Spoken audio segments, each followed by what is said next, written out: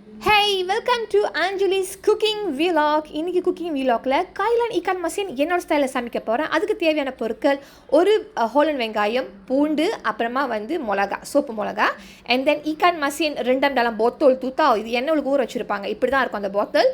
Super market மில்லை கடைசியில் இது ரொம்ப நல்லா கிடைக்கும். ஓகே, அண்ட் தென் ஃப்ரெஷ்ஷான கழுவி சுத்தம் பண்ண சாவி, அண்ட் அது கூட சாஸ் தீரம். ஐம் யூஸிங் அடாபி சாஸ் தீரம். நீங்கள் எந்த பிராண்ட் வேணாலும் பாய்ச்சிக்கலாம்.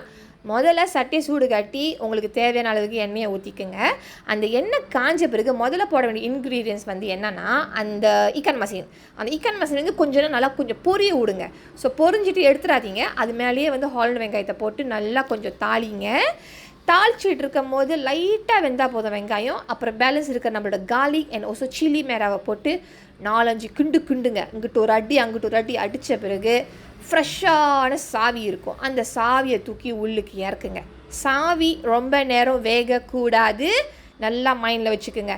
அண்ட் தென் 4-5 கிண்டின பிறகு சாஸ் சீரம் ஒரு 2 டேபிள் ஸ்பூன் போதும், இல்லை 1.5 டேபிள் ஸ்பூன் கூட போதும்.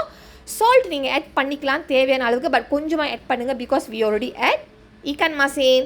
ஸோ எல்லாம் போட்ட பிறகு ரொம்ப நேரம் வேக வைக்க வேணாம். இங்கிட்ட ஒரு கிண்டு அங்கிட்ட ஒரு கிண்டு எல்லாம் நல்லா மிக்ஸ் ஆன பிறகு அப்படியே எடுத்து மங்களை போடுங்க. சுட சுட உங்களுக்கு கைலான் இக்கான் மசின் ரெடி ஆயிடுச்சு.